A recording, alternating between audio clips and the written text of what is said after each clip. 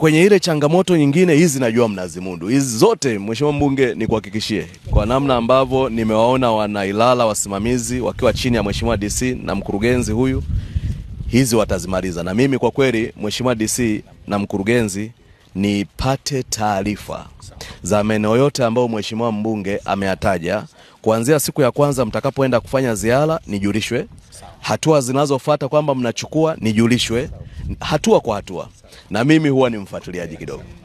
Kwa hiyo hilo lifanyike. Mheshimiwa Mbunge, tuko wote bungeni pale muda wote.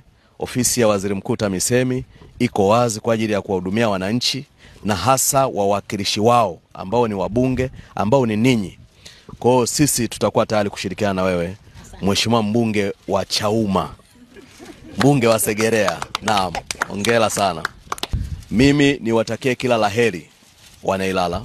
Endeleeni kushirikiana, endeleeni kuchapa kazi. Na nimeangalia sana mapato yenu yale na nimeona namna ambavyo fedha nyingi sana zinakwenda kwenye eneo hili la elimu.